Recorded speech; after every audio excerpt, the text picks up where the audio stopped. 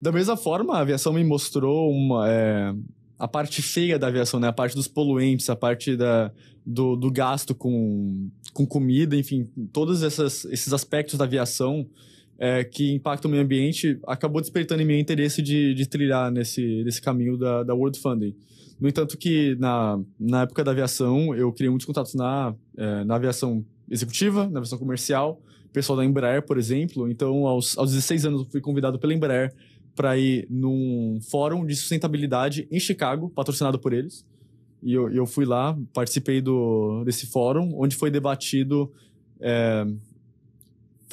mais a parte governamental de auxílio, mas o foco principal do fórum era SAF, que é o combustível de aviação sustentável.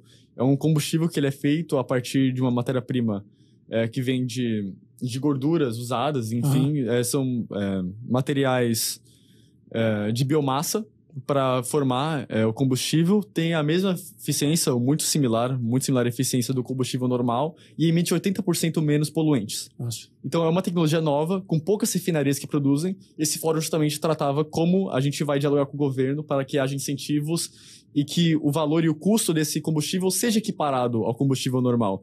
Para que as grandes empresas, aliás, a partir do ano passado começou, todos os voos da United, se não me falha a memória, partem de Los Angeles usando SAF. Ou pelo menos uma mistura usando SAF. E isso reduz muito os poluentes. Interessante isso. O hidrogênio vai chegar para aviação também? Acredito que sim. Final de 2022, a Rolls-Royce testou o primeiro motor a jato movido a hidrogênio, que era uma das principais preocupações, né? E a preocupação principal agora dos motores a eletricidade, que é a questão da potência do motor e a longevidade, o quanto de autonomia tem esses motores. Os motores elétricos são muito atrás dos motores a hidrogênio. A Rolls-Royce conseguiu testar esse motor no final de 2022 e eles estão desenvolvendo ainda maneiras de implementar isso, mas é um grande avanço. Você ter um motor a jato com a mesma capacidade de propulsão de um motor de jato de avião executivo. Sim. Movido a hidrogênio. Incrível, né? O que você pensa disso, cara? Agora vamos falar aqui do combustível em si, né? Que você está falando da parte ambiental. A gente tem hoje muito incentivo para o carro elétrico, para a eletricidade, mas surgiram outras grandes questões em relação a descarte de bateria, toda essa história, e o hidrogênio está aparecendo aí como uma solução. Inclusive, pessoalmente estava na história, deixa eu ver o carro elétrico, de repente, e comecei a ficar em dúvida se o carro elétrico era uma boa ideia. O que você pensa sobre isso? A questão do meio ambiente é sempre muito pautada em polêmica, em briga, em crítica, por causa do relacionamento político que envolve o meio ambiente. Mas eu acredito num approach que vem a partir da população, porque existem as pessoas, né? Que quando você fala em meio ambiente, você normalmente pensa no estereótipo. Tem o ativista que vai lá, ele bloqueia a estrada, para tudo, levanta o cartaz e para a economia. Aí tem outro que fala, não pode fazer isso porque não para a economia, então a economia tem que ir às custas do meio ambiente. E tem os que se retiram da questão. Eu acredito que tem como fazer um approach das duas maneiras. Tem que partir da população essa vontade de cuidar do meio ambiente. Tem que haver conscientização da população em como não descartar resíduos, como economizar energia, enfim, boas práticas, que é justamente o que a World Funding faz.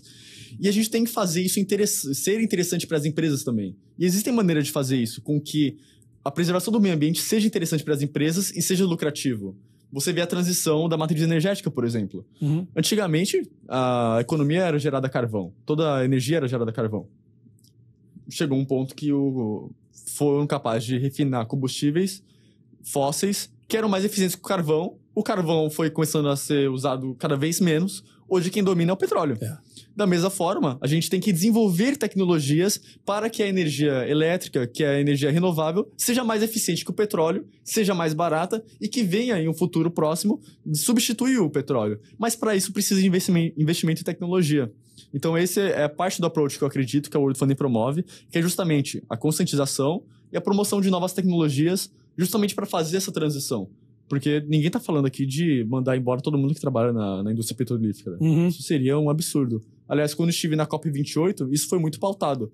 A COP28 foi sediada num país árabe, do Golfo, em que a economia é movimentada em boa parte, não é a maior parte dos Emirados Árabes mas Arábia Saudita, Catar, Kuwait, Bahrein, continuam sendo muito pautadas em indústria petrolífera. Eles sediaram a COP28. Uma conferência sobre preservação do clima, e eles falaram isso. Eles estão dispostos a investir e eles investem em novas tecnologias para poder substituir os combustíveis fósseis. Então aqui ninguém está falando sobre mandar a gente embora ou algo do tipo. Sempre sempre quando uma porta fecha, abre a outra, né? Uma janela fecha, abre a outra. Você tem essa transposição, essa transição que tem que ser feita da maneira correta. Você falou uma palavra uma frase aí que é muito importante, né? Porque eu acho que as pessoas estão interessadas em mudar. A questão do petróleo, eu vejo grande parte das pessoas já começando a entender o mal que faz, querendo fazer com que aquilo melhore, né? E vão migrando para outras tecnologias, mas é óbvio, vai muita questão mas é mais barato, mas não tem autonomia, mas é mais fácil. Então, vai sempre na questão da usabilidade, que ser mais fácil, ser mais difícil. Mas aí eu comecei a ver essa questão da história. Mas você, por exemplo, na tua empresa, você hoje apoiaria energias elétricas, no caso, ou você já acha que é um outro caminho, é um hidrogênio, alguma coisa por aí? Eu acredito que depende do uso, né? Para aviação, hidrogênio a curto prazo e a longo prazo também, porque hidrogênio não produz nenhum tipo de poluente e é mais fácil de produzir.